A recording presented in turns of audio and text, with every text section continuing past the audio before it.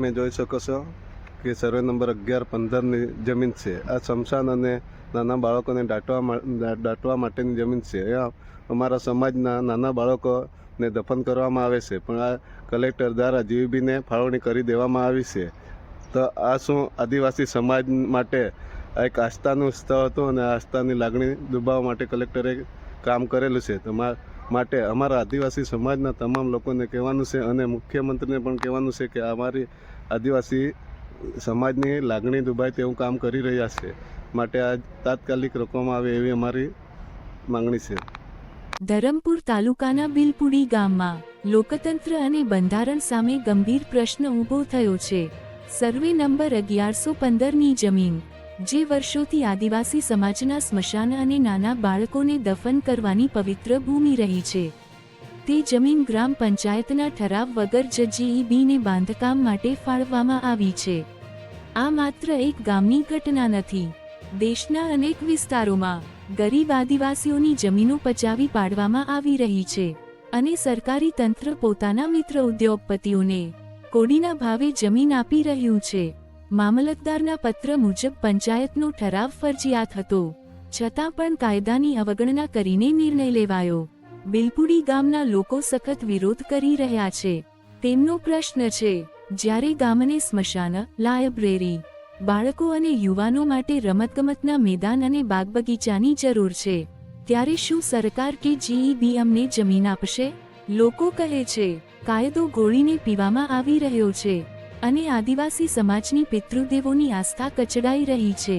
કાયદાકીય રીતે જોવામાં આવે તો આદિવાસી વિસ્તારમાં પંચાયત અને ગ્રામસભાની મંજૂરી વગર જમીન ફાળવવી પંચાયત અધિનિયમ અનુસૂચિ 5 અને આદિવાસી અધિકાર કાયદાનો ભંગ ગણાઈ શકે છે, જે બદલ જવાબદાર સરકારી અધિકારીઓ સામે ફોજદારી કાર્યવાહી અને સજા થઈ શકે છે।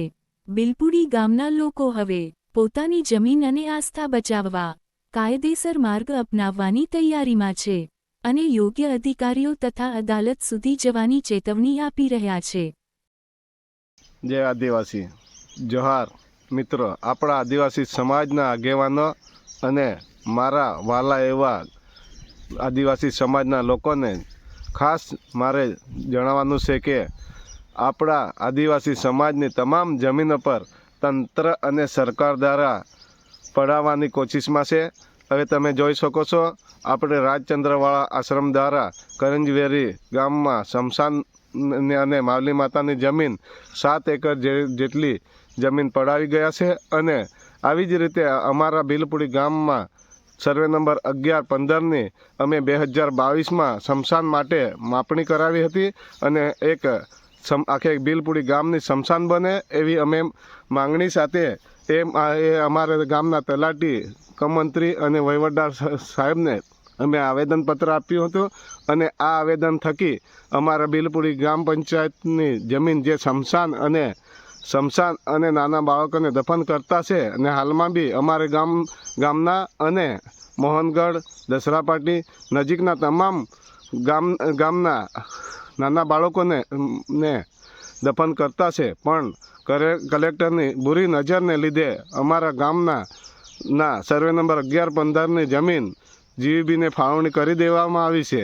મિત્રો, આપણા ગામમાં શું આપણને જમીન વધારે છે? આપણા ગામમાં આપણને એક લાઇબ્રેરી માટે, રમતગમત માટે કે અન્ય માટે જમીન નથી, પણ આ કલેક્ટરના હસ્તે આ જીવીબીને જમીન ફાળવણી કરી દેવામાં આવી છે। તો આવી જ રીતે આપણા સમાજમાં ડેમનો પણ પ્રોજેક્ટ આવેલો હતો, રસ્તાનો આવેલો હતો। આવી જ રીતે આપણા આદિવાસી સમાજને ખતમ કરવા માટે આપણા